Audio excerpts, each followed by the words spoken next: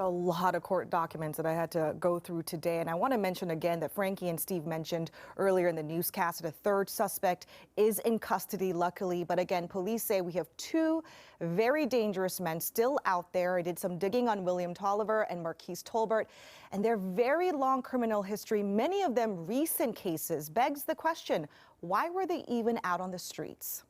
Seattle's mass shooting suspects have a very long and violent criminal history. Let's start with Marquise Tolbert. He has 21 arrests. Some of his most recent cases are felonies. June 2018, police say he stole $1,000 worth of goods from a Target and tried to evade police when they tried to arrest him. August 2018, he goes after a woman inside a Michael's store in Bellevue and violently snatches a necklace off the victim. The victim has scratches and a torn shirt. That's considered robbery in the second degree. In the robbery case, a police officer writing, "He kept telling me to go ahead and prove it in court." He continued to be confrontational and acted like it was not a big deal for him to be there. But when it comes to court appearances, he doesn't show up either. In 2017, a prosecutor saying Tolbert has 18 warrants issued for his arrest after failure to appear since 2014. Now let's focus on the second suspect, William Tolliver. He has 44 arrests. Some of his most recent cases involve domestic violence. May 2019, a woman who was a child with Tolliver filed this restraining order, saying Tolliver put a gun to her and threatened to kill her, their child, and others.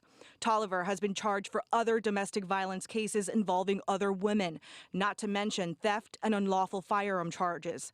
The question tonight we have for King County Prosecutor Dan Satterberg is, how do two men with so many recent felonies be out on the streets now accused of a mass shooting? Satterberg was not available for an interview today.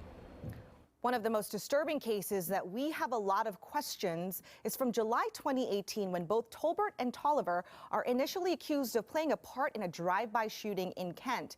In court documents, authorities accused Tolliver of driving the car while Tolbert and a third man started shooting at another car. Now, a bullet even pierced a nearby home. Luckily, no one was hurt in that incident. But in the end, for some reason, the case against Tolliver was dismissed by the King County Prosecutor's Office, and Tolbert's charges appear to have been downgraded. We want to know why.